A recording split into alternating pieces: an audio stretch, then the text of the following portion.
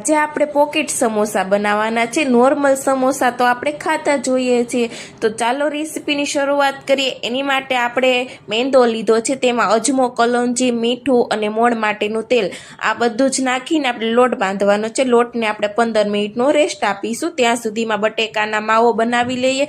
તેમાં તેલ મૂકીને આપણે જીરું, વરિયાળી, ધાણા અને લીલા મરચાં, કાંદા બધું જ નાખીને આપણે મીઠું, મરચું, હળદર, ધાણા જીરું, આમચૂર પાવડર, મરી પાવડર આ બધું જ નાખીને મિક્સ કરીશું। હવે બટેકા નાખી દેશો અને આવી રીતે મિક્સ કરવાનું છે। તો આપણો બટેકાનો માવો તૈયાર થઈ ગયો છે અને ધાણા નાખીને સર્વ કરીશું। હવે રોટલી કરવાની છે, એકદમ પતલી રોટલી કરવાની છે, નાની એવી।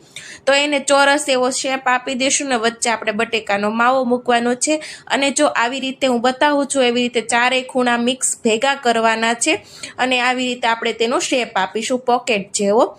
તો હવે આપણા સમોસા તૈયાર થઈ ગયા છે પોકેટ, તો આપણે તેને ફ્રાય કરીશું। એકદમ ધીમા ગેસે તેને ફ્રાય કરવાના છે। જો તમે ફૂલ ગેસ રાખશો તો અંદરથી કાચા રહેશે, એટલા માટે આપણે એકદમ ધીમા ગેસે આપણે ફ્રાય કરીશું અને આપણે ચેક કરીશું। બહુ જ ફાઇન બન્યા છે, તમે પણ બનાવજો। ચાલો